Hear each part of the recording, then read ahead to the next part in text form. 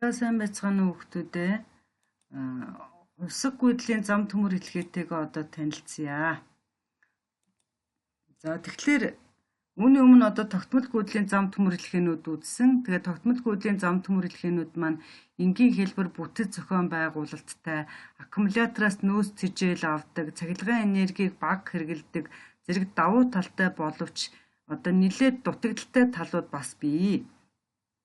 За эдгээрээс одоо хамгийн гол дутагдал бол тэр нөөц тэжээлийн үүсвэр болгон ашигладаг аккумуляторууд нь орчны температурд их мэдрэмтгий тул тэдгээрийг байрлуулах тусгай батарейн шкаф шаардлагатайгаас гадна аккумуляторууд юу н маш их арчилгын үйлчилгээ шаарддаг хорт хүний биед одоо хортой байдаг байх нэ.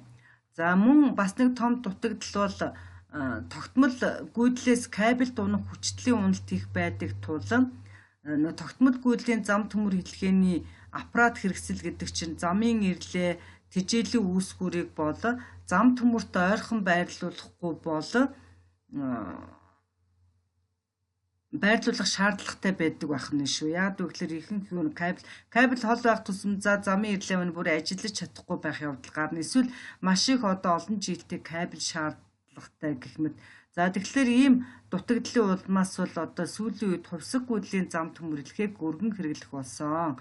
Тогтмол гүйдлийн зам төмөр хэлхээнүүдийг ер нь бараг хэрэглэх нь маш их багассан байгаа байх нэ. За тэгээд Улаанбаатар төмөр замд үндсэндээ хоёр төрлийн хувьсаг гүйдлийн зам төмөр хэлхээг хэрэглэж байна. За нэгдүгээрт нь бага оврын аппаратуртай 50 Гц хувьсаг гүйдлийн зам төмөр хэлхээ гэж байгаа. Нөгөөх нь фаз мэдрэмтгий ДСШ релэтэй одоо хувьсаг гүйдлийн зам төмөрлөхэй гэсэн юм хоёр төрлийн зам төмөрлөхэй. За энэ маань бас дотроо жоо хоёр ахаад бас хоёр янз байдаг л да. 25 Гц-ийнх бол ДСШ 13 ирлээтэй 50 Гц хувьсаг гүйдлээс ажилтдаг нь ДСШ 12 гэд бас энэ дотроо жоо ялгаатай. Тэгээд зарчмын үедэл ийм хоёр төрлийн хувьсаг гүйдлийн зам төмөрлөхийг хэрэгэлдэг байх нь. За тэг эхлээд хэдүүлээ бага оврын аппаратуртай энэ 50 Гц хувьсаг гүйдлийн зам төмөрлөхэй гэдэгтэй танилцъя. За тэг яагаад энэ бага оврын аппаратуртай гэсэн нэр өгсөн бэ гэдгийг нь одоо тэр лекцийн материал дээр маш тодорхой ойлгомжтой байгаа учраас тэрийг одоо дахин яриад яах вэ? Хэдүүлээ одоо схем рүүгээ орё. За тэгэхээр одоо энэ зам төмөр хэлхээний маань схем энд байж гэн. За энийг одоо төр зүүр нэг холдуулчих та хүүхдүүд шиг.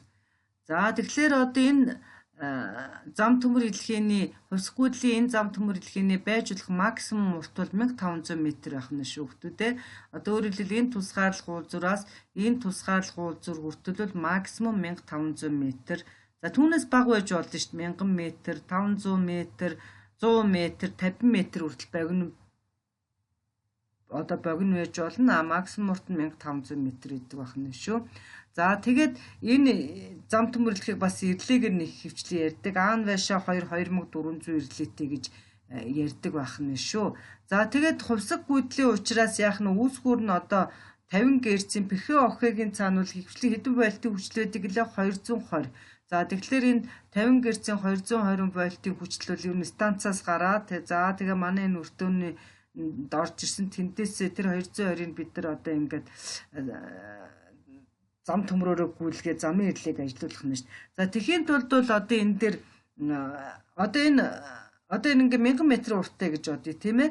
За тэгэхээр энэ 1000 м урттай энэ секстер галтраг байгаа эсхийг мэдхийн тулд нэг төгсгөлд нь үүсгүүр нэг төгсгөлд нь ирлээ байх хэвээр. Тэгэхээр түрүүн хэлсэн тийм ээ. Энэ баруун гар талд бол энэ замын ирлээ байж гэн. А зүүн гар талд 1000 м-ийн цаана одоо 1500 м-ийн цаана бол одоо энээсээ ер нь бол бодит амьдралдаа энэ хоёр маань юу шүү?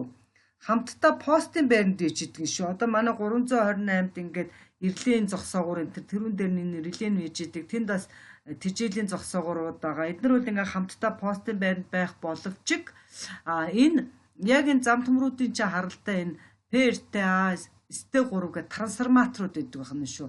Тэгэхээр энэ трансформаторууд маань постын байранд байдаггүй яг зам төмрийнхөө ойрхон байна. За тэгээ мэдээж энэ трансформаторуудыг ил тавихгүй тусдаа одоо ингээд трансформаторын хайрцаг нь трансформаторны яшиг гэдэг чинь трансформаторын жижиг дөрвөлжээ хайрцаг нь дотор яг одоо энэ трансформаторууд гэдэг энэ хоёр маань өстой хоорондоо 1000 юм уу 1500 м-ийн зайтай байж идэг байх нь шүү. За тэгээд Энэ трансформаторууд ямар үүрэгтэй вэ гэдэг төлөө мэдэн штэ.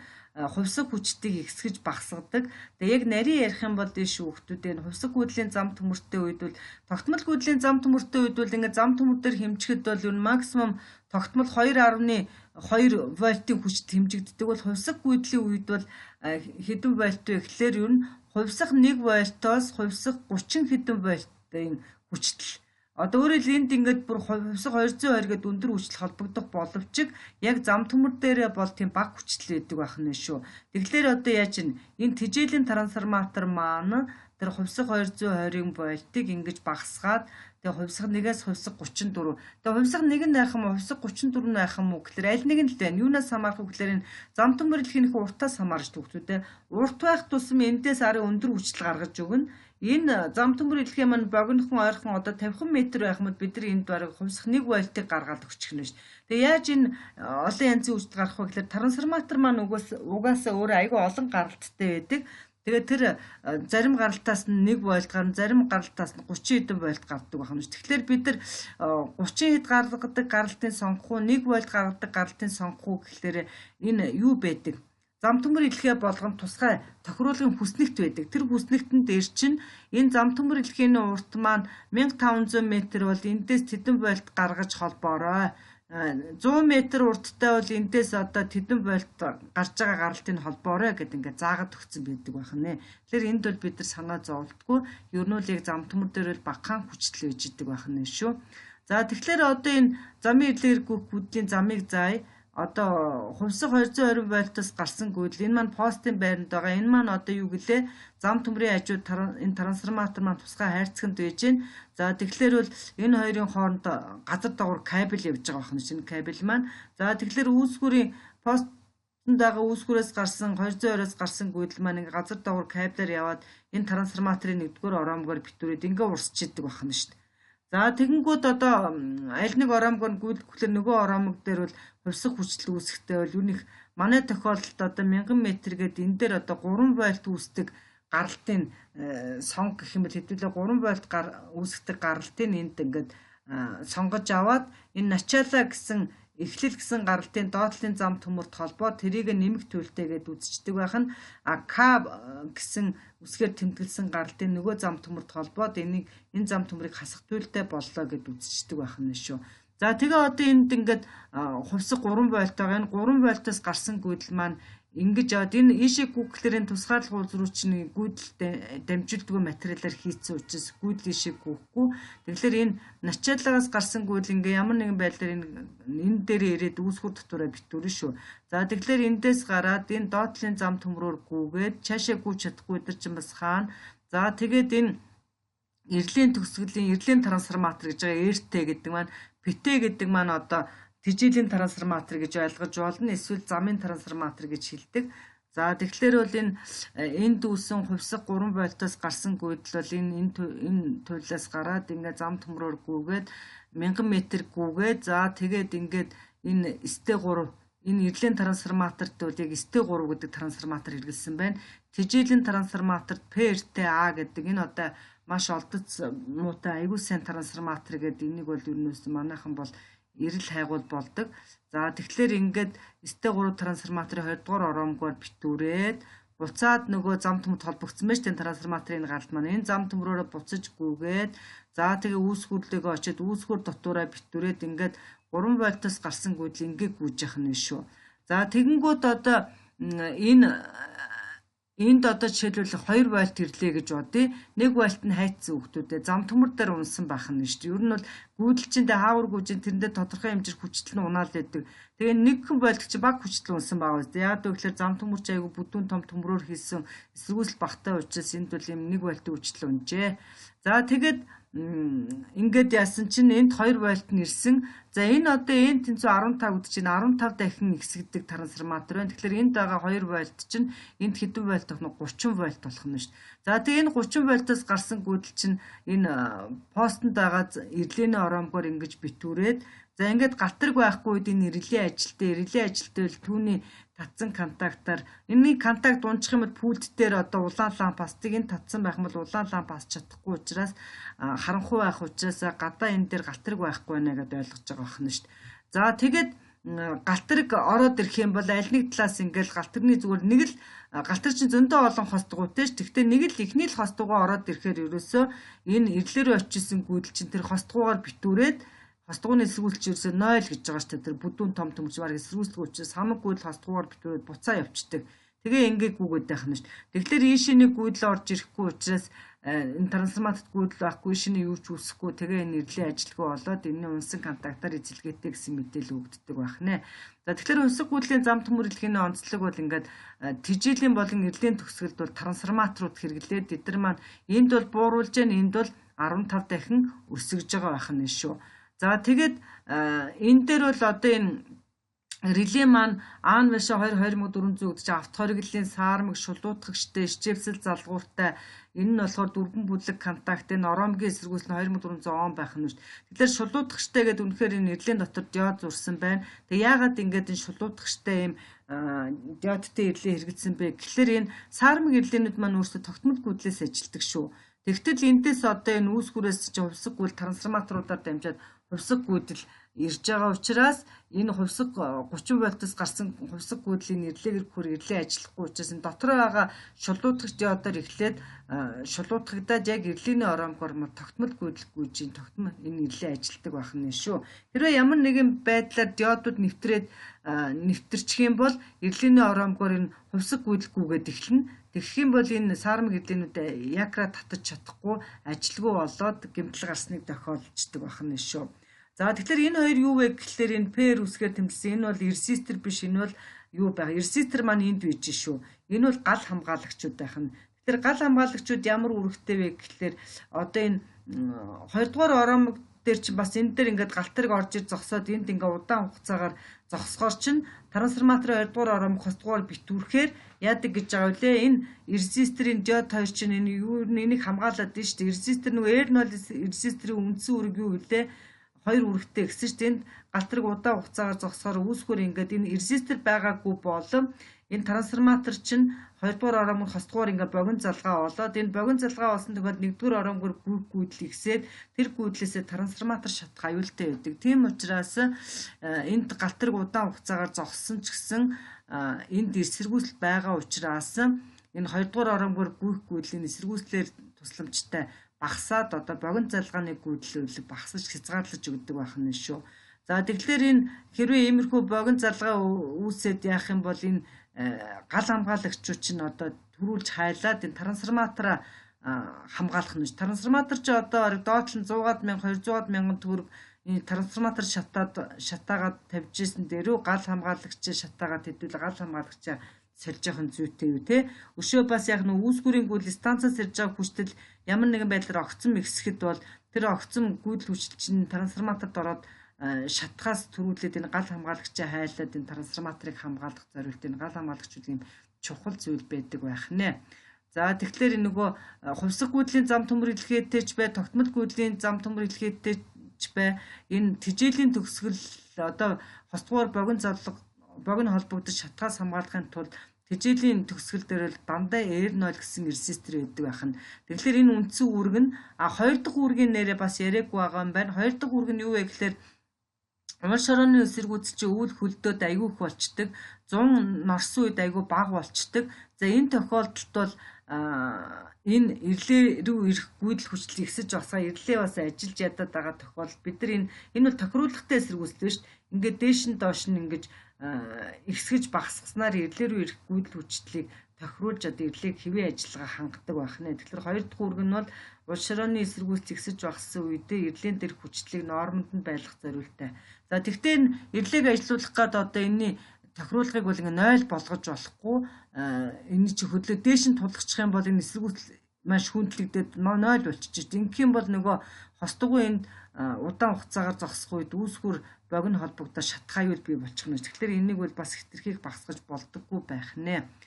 За тэгээд энэ дээр хэдүүлээ бас юу ярих вэ гэхэлэр за тусгаарлах үзүүр нэвтэрсэн үед бас нэвтрэх явдал юм дандаа гардаг гэдэг байгаа ч эдгээр чи одоо гүйдэл дамжуулдаггүй материал ингээд энэ жирэг болгоод хийцэндээ галтрыг явахаар эдгээр чи нэвтрээд ингээд бяцраад гүйдэл дамжуулдаг болно. Гүйдлийг нөгөө хааж идэг ийшээ гарахгүй байсан бол ийшээ ингээд нэвтрүүлээд эхлэх юм бол тусгаарлах үзүүр нэвтрлээ гэж үздэг байх нь шүү дээ.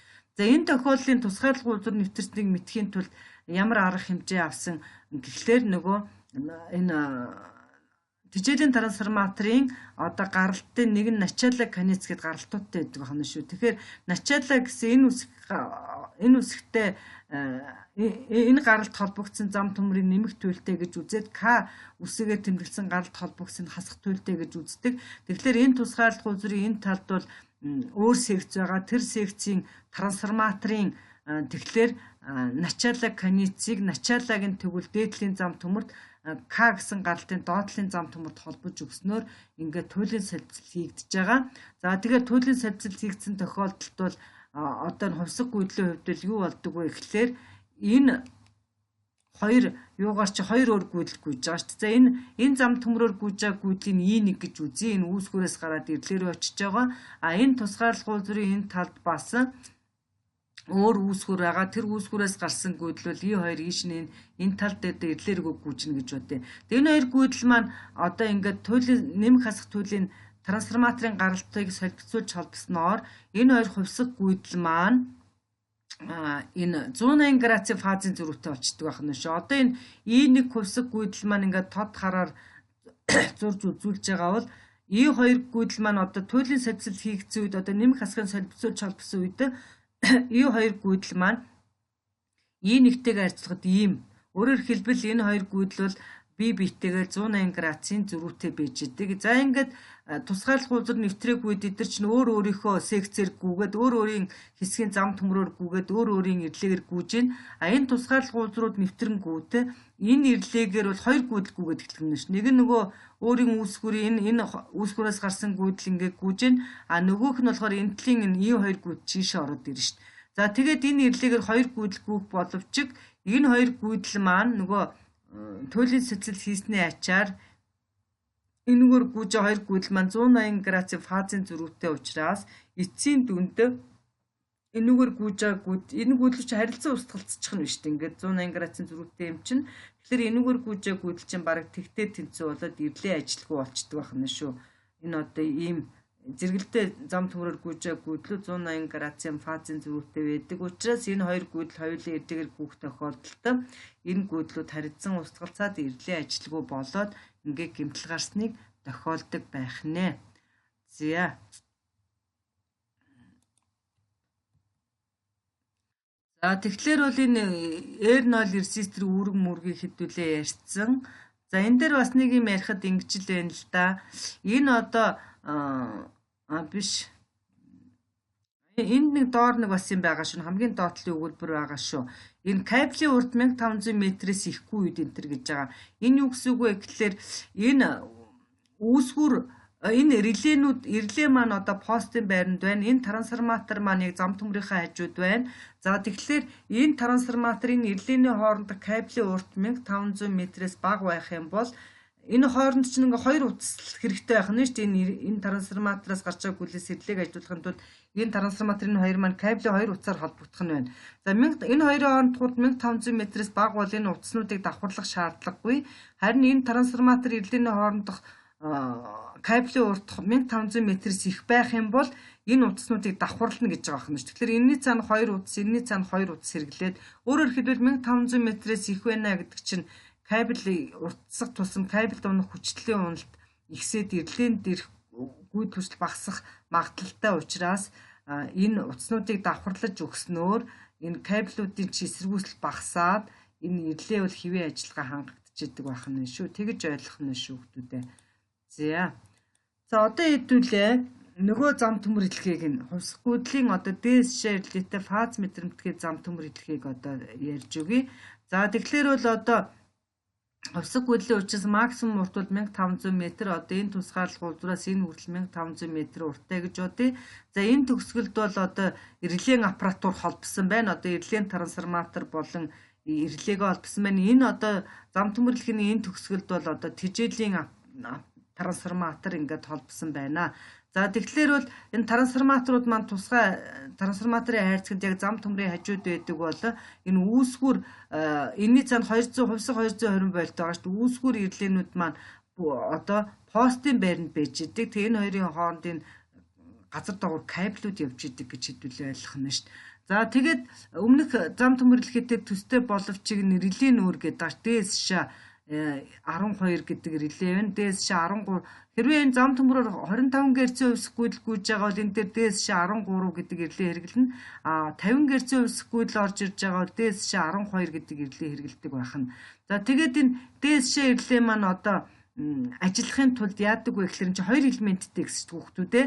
За тэгэхээр энэ доод талд нь бол шууд ингээд хувьсах 220 бүхээ охид шууд үүсгүүрд холбогдож байгаа энэ доотлын элементийг бол суурин элемент гэдэг. Дээдлийн элемент нь нээжтэй хүүхдүүд ингээд зам төмөрт холбогдоод энэ үүсгүүрээс гарсан гүйдэл чинь ингээд зам төмрөөр дамжаад энэ дээд талын элементээр гүйхнэ. Тэгэхээр энэ зам төмөрт холбогдсон элементийн замын элемент гэдэг. За тэгэхээр дээшээ ирлээ ажиллахын тулд яах нь вэ? Элемент болгоноор элемент гэдгийн чинь цаана зүрхвчин дээр суусан ороомгууд байгаа шүү. Тэгэхээр энэ ороомог болгоноор хувьсах гүйдэл гүүхийн зэрэгцээ тэр гүйдлүүдийн хооронд 90 градусын фазын зөрүү байх ёстой гэж байгаа шүү. Тэгэхээр энэ одоо үүсгүүр одоо зам төмөрт холбогдох үүсгүүр энэ суурин элемент холбогдсон үүсгүүрд бол юу нэг үүсгүүр. Тэгэхээр бол ингээд нэг үүсгүүрээс ингээд гүйдлийг саллалаад ингээд замын элемент болон зам төмрөөр дамжуулаад энд орж ирнэ. За тэгэхээр нэг үүсгүүрийн гүйдлүүд бол ижил фазтай байх учраас ингээд хоёулангаар нь хувьсах гүйдэл гүйгээд ижил фазтай бол ирлээ ажиллахгүй. Тэгэхээр энэ ирлийг ажиллуулахын тулд энэ конденсатор байгаа байх юм шүү. Тэгэхээр энэ дээд талын замын элемент ороомогтой цуваа конденсатор хийж өгснөөр энэ конденсатор маань эндээс орж ирсэн хувьсах гүйдлийг энэ конденсатор байсны ачаар энэ доотлын ороомгоор гүйж байгаа гүйдлээс 90 градусаар хоцроож өгдөг байх юм шүү. Тэгэхээр дээдлийн ороомгоор гүйж байгаа хувьсах гүйдэл маань доотлын ороомгоор гүйж байгаа хувьсах гүйдлээсээ 90 градусаар хоцорно. Юуны ачаар вэ? Энэний ачаар байх нь шүү. Ингэжээж энэ ирлээ ажилдаг байх нь шүү. За тэгээд энэ трансформаторууд ямар үүрэгтэй яг түрүүчиг шиг энэ хувьсах 220 маань энүүгээр буураад за тэгээд нэг хэдий хувьсах 1 вольтоос хувьсах 30 хэдэн вольтын хүчил болно. Аль хүчил байх нь зам төмөрлөхийн уртаас хамаарна. Урт байх тусам их хүчил гаргана. Их хүчлэлийг ийшээ өгнө. Богино байх тусам бага хүчлэлийг ийшээ өгнө. За тэгээ энэ дээр орж ирээд бас өсөөд одоо ингээд өсөхдөө нэг 15 дахин өсөөд ингээд энэний тусламжтай бас фазаар 90 градусаар хоцроод орж ирээд ингээд ирлийг ажилуулдаг байх нь. За тэгээ энд бол POPS, SOPS гэдэг трансформаторууд хэрэгэлдэг байх нь. Түрүүчийн зам төмөр хэлхэн дээр PRTA, ST энтер гэж жижиг оврыг трансформаторууд хэрэгжилжсэн бол энэ POPS, SOPS трансформаторууд бол тэр трансформаторуудтай харьцуулахад их том оврын учраас том оврын байдаг байх нэ. За тэгээд дээр нойл эсэргүүцэлт маань бас тэжээлийн төгсгөлд байгаа эер нойл эсэргүүцэл бол хоёр үүрэгтэй. Нэг нь одоо галт тэрэгний хос дугуйн удаан байх үед үүсгүр богино холбогдчихдаг. За тэгэхээр тэр богино цалгааны гүйдлийг багасгаж одоо үүсгүрийн шатгаас хамгаалдаг бол нөгөөх нь болохоор улс шорооны эсэргүүцэл ихсэж баснаас болоод ирлэр үерх гүйдэл хүчил ихсэж бассангууд энэ тохируулгатай эсэргүүцэл учраас энийг ихсгэж багасгаж ирлийн дэр хүчлийг нормонд нь байлгадаг байх нэ. За тэгээ галт тэрэг орж ирэх юм бол яах вэ хүүхдүүдээ? Аль нэг талаас ороод ирэх юм бол нэг л хос дугаа орж ирэхээр бол нөгөө зам төмрөөр гүйгээд энэ дээдлийн ороомог руу орж ирж исэн гүйдэл маань хос дугаар битүүрээ буцаа явчихна. Харин доотлын одоо суурин элементийн ороомгоор гүйдэл гүйсэн хэвээрэл байна. Гэхдээ ирлээ бол яах нь вэ? Аль нэг ороомгоор гүйж байгаа гүйдэл байхгүй болох юм бол шууд энэ дээшээ ирлээ ажилгүй болоод тэгээд арын контакт залгаад эзэлгээтэй гэсэн мэдээлэл өгдөг байх нь шүү. За тэгээд энэ фаз мэдрэмтгээ зам төмөрлөгийн энэ дээшээ ирлийн нэг онцлог нь болохоор одоо энэ дээр хэдүүлээ нөгөө энэ тэжээлийн трансформаторын энэ ачаалаа гаралт гэж одоо энэ доотлын зам төмөрт холбогдоод энэ дээр нэмэх туйлтай болсон энэ хасах туйлтай болсон байх юм бол энэ тусгаалгуул зүр өнгөрөөд өөр секц байж байгаа. Тэр өөр секцийн одоо тэжээлийн трансформаторын ачаалаа каницыг солилцуулж холбоод энэ тусгаалгуул зүрийн хоёр талд өөр туйлууд байх хэвээр. За тэгэнгүүт одоо энэ тусгаалгуул зүр нэвтэрчих юм бол энэ нөгөө туйлын солилцол хийсний ачаар энэгээр гүйж байгаа хувьсах гүйдэл энэ талаар гүйж байгаа хувьсах гүйдлүүд бол бие биенээсээ 180 градусын зөрүүтэй болцсон байдаг гэж хэдүүлээ энд ярьсан байж байгаа шүү. За тэр маань бас яг энд бас л хэвээрээ байна штэ. Туйлын солилцол хийсэн тохиолдолд одоо туйлын солилцолгээд одоо энэ нэмэх хасхыг ингээд солилцуулаад холбоцсон. Трансформаторын гаргалтуудыг солилцуулаад энд холбосон шиг энд бас яг холбосон байгаа. Ингэсний ачаар энэ зэрэгэлдээ зам төмрүүдээр гүйж байгаа гүйдлүүд бол бие биенээсээ 180 градусын фазын зөрүүтэй байж идэг. За тэгээд тусгаарлах уулзвар хэрвээ нэвтрэх юм бол энэ ийшэнэ гүйжсэн нөгөө манай энэ гүйдлээс 180 градусын зөрүүтэй гүйдэл ороод ирнэ. За энэ манай өөрийн гүйдэл чинүүгээр орж ирнэ. За тэгэнгүүт энэ гүйдэл маань энэ хоёр гүйдлүүд бол бас 180 градусын фазын зөрүүтэй учраас харилцан устгалзаад ингээд реле ажилгүй болдог байх нэ. За энэ саяны зүйлийг маань тайлбарлсан байна. За энэ зам төмөр илгээтэй үед харин 2000 метрээс ихгүй үед гэж шүү. Өөрөөр хэлбэл энэ реле маань постнд байдаг, энэ маань зам төмрийн хажууд байдаг. Энэ хоёрын холбоод газар доор кабель явж идэг. Энэ кабелийн урт 2000 метрээс бага байх юм бол энэ хоёр утсыг давхарлах шаардлагагүй, хоёр утас ашиглаад холбоод бүх хэрлийг ажилуулдаг бол 2000 метрээс их байх юм бол эрдлийн дээр ирэх хүчлээ жоохон багасчдаг байх нь шүү дээ. Тийм учраас энийг багасгахгүй тулд энэ кабель утаснуудаа давхарлаад өгснөөр энэ эрдлийн дээр ирэх гүйдэл хүчил нь орондоо ирэх жишээтэй иймэрхүү байдаг байх нэ. За ингэж одоо хувьсаг гүйдлийн зам төмөр илгээнүүд ажилдаг байхan. Тэгээд эдгээр маань орчин үед бол ер нь хувьсаг гүйдлийн зам төмөр илгээг л хэрэгжилж байгаа. Тогтмол гүйдлийн зам төмөр илгээг баг хэрэглэхээ болцсон. Тэгэхээр ийм трансформаторууд ингээд зам төмрийн хажууд тусгай хайрцагт байдгийн байна гэж ойлгож авах хэрэгтэй. Үүсгүр ирлээнүүд нь бол постнд байдаг байхan. Тогтмол гүйдлийн зам төмөр илгээтэй үед бол трансформатор гэж байхгүй. Тэгээд үүсгүр ирлийг бол энэ зам төмрөөс хол байх юм бол постнд байх юм бол эн чинь нөгөө кабель тогтмол гүйдлээс кабель дунд хүчлийн үнэлт ихсчдэг учраас нөгөө ирлээ маань ажиллахгүй байх явдал гардаг гэсэн чинь тогтмол гүйдлийн зам төмөр илгээтэй үед. Харин хувьсаг гүйдлийн зам төмөр илгээтэй үед бол кабель дунд хүчлийн үнэлт бараг бага учраас бүр 2000 метрийн зайтай энэ хоёр чинь ингээд байж болдог байх нь шин постын хоёрын хооронд гэх мэт. За ийм байна.